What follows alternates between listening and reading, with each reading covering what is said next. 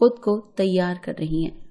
ان کی اجازت ملتے ہی میں نے مالکن کو ہمت کر کے کہا کہ ان کا یوں مالک کے ساتھ دن بھر کمرے میں پڑے رہنا، ہر ملازمین ان سب پر ہنستے ہیں اور بولتے ہیں اور ان پر طرح طرح کی باتیں کی جاتی ہیں۔ میں نے اپنی اس بات پر معذرت کرتے ہوئے کہا کہ میری بات کا برا نہیں منائیے گا مالکن، مگر میں نے بہت مجبور ہو کر آپ سے یہ بات کی ہے۔ میری باتوں پر مالکن کچھ پل کے لیے گمسم سی ہو گئی اور پھر مدھم سے لہجے میں بولی کہ میں سب سمجھتی ہوں کہ لوگ باتیں کرتے ہوں گے، مگر میرے شوہر کو یہ بات سمجھ نہیں آتی، نہ ہی ان کو کسی کی پرواہ ہوتی ہے۔ وہ اپنی مرضی کے مالک ہے، مگر اب میں خیال رکھوں گی اور ان کو بھی سمجھاؤں گی۔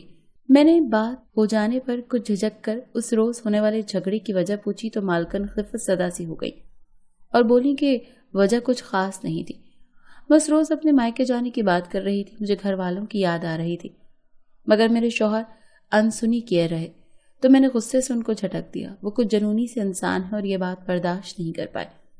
میری حیرت پر مالکن مزید بولتے ہوئے مجھے بتانے لگی کہ وہ اور مالک کیسے ملے اور مالک ایسے کیوں ہیں۔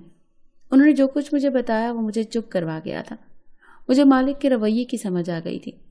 مالکن نے بتایا کہ مالک ہمیشہ سے امیر شخص نہیں تھے، انہوں نے خود محنت کر کے یہ سارا کاروبار اور پیسہ پوری لگن سے بنایا ہے اور اس کڑی محنت میں وہ اپنا آپ بھلا گئے تھے۔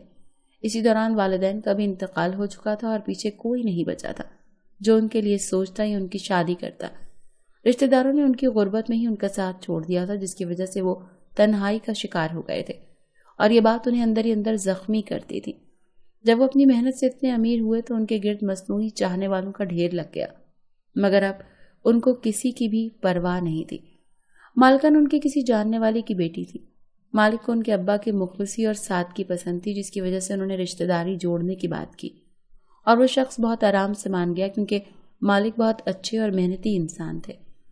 جب مالک کی شادی مالکن سے ہوئی تو ان کو پتہ چلا کہ وہ بہت کم عمر اور انتہا کی حسین لڑکی تھی۔ وہ ان کے دیوانے ہو گئے۔ اپنی تنہائی اور لوگوں کو چھوڑ جانے کی وجہ سے وہ کچھ ٹوٹ سے گئے تھے اور بیوی کو کسی بھی وقت چھوڑنے کو تیار نہیں تھے۔ مالکن نے کہا کہ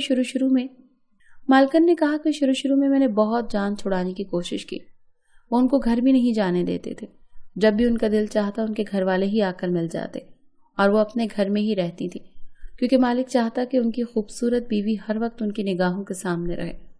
وہ اس سب باتوں سے زچ ہو رہی تھی، مگر ان کی چاہت کے آگے ہار مان لی، کیونکہ بہرحال وہ ان کے شوہر تھے۔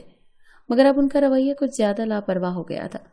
وہ کسی ملازم کا بھی لحاظ نہیں کر رہے تھے اور اب مالکن نے ٹھان لی تھی کہ انہیں سمجھائیں گی اور دن کے وقت ملازمین کے سامنے ایسی ویسی حرکتوں سے باز رکھیں گی۔ کچھ دن بعد ہی میں نے مالک میں واضح فرق محسوس کیا۔ جیسے سب ملازمین گھر میں آتے وہ لاؤنج میں بیٹھ کر ٹی وی دیکھنے لگتے، مالکن باورچی خانے میں کچن میں چلی جاتی۔ مجھے یہ دیکھ کر خوشی ہوتی کہ چلو کم از کم ملازمین کے منہ تو بند ہوئے۔ 1 مہینہ گزرا تھا کہ مالک دوبارہ کام پر جانے لگے اور مالکن گھر گھرستی میں مصروف ہو گئی اور اب ملازمین کی زبانیں بھی بند ہو چکی تھیں، کیونکہ گھر کا ماحول اگر نارمل نظر آئے تو لوگ باتیں نہیں کرتے۔ میں نے یہ کہانی جب اپنے شوہر کو سنائی تو وہ کہنے لگا مالک کا قصور نہیں ہے، بس اسے ٹافی ذرا دیر سے ملی، اور پھر ہم دونوں خوب کہکہا لگا کر ہنستے رہے۔